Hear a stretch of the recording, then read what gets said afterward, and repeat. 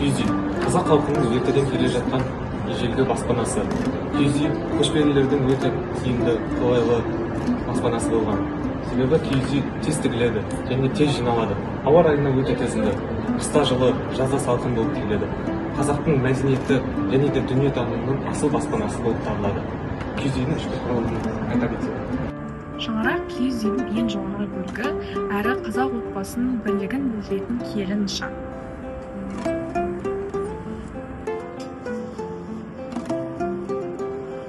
Киіз үйдің ішіне келген кезде ең бірінші бізді сол жақ күтіп алады.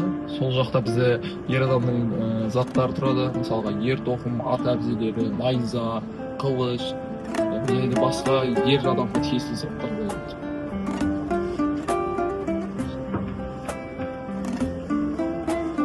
Киіз үйдің әйел жағы отбасы берекесі мен ырысы сақталатын киелі орын.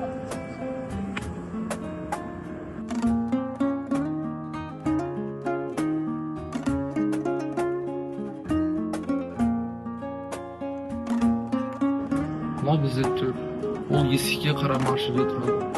Ол ең маңызды, ең мәртебелі, ең сыйлы орын.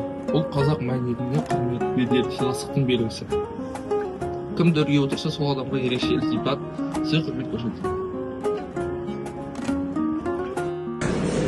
Киіз үй қазақ халқының ежелгі баспанасы.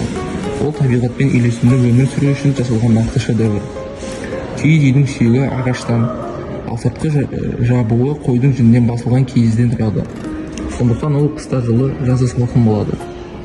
Киіз үйдің әр бөлігі терең мағынаға ие. Шаңырақ отбасының бірлігін білдіреді. Уықтар тіршілік тіректері. Ал кереге кеңдіктің және ашықтықтың белгісі. Киіз үйді аз уақытта тігіп, қайда жинап алуға болады. Ол көшпелі өмірге өте ыңғайлы болған. Бүгінде киіз үй тек баспана емес, халықтың рухани мұрасы, ұлттық мәдениетінің символы.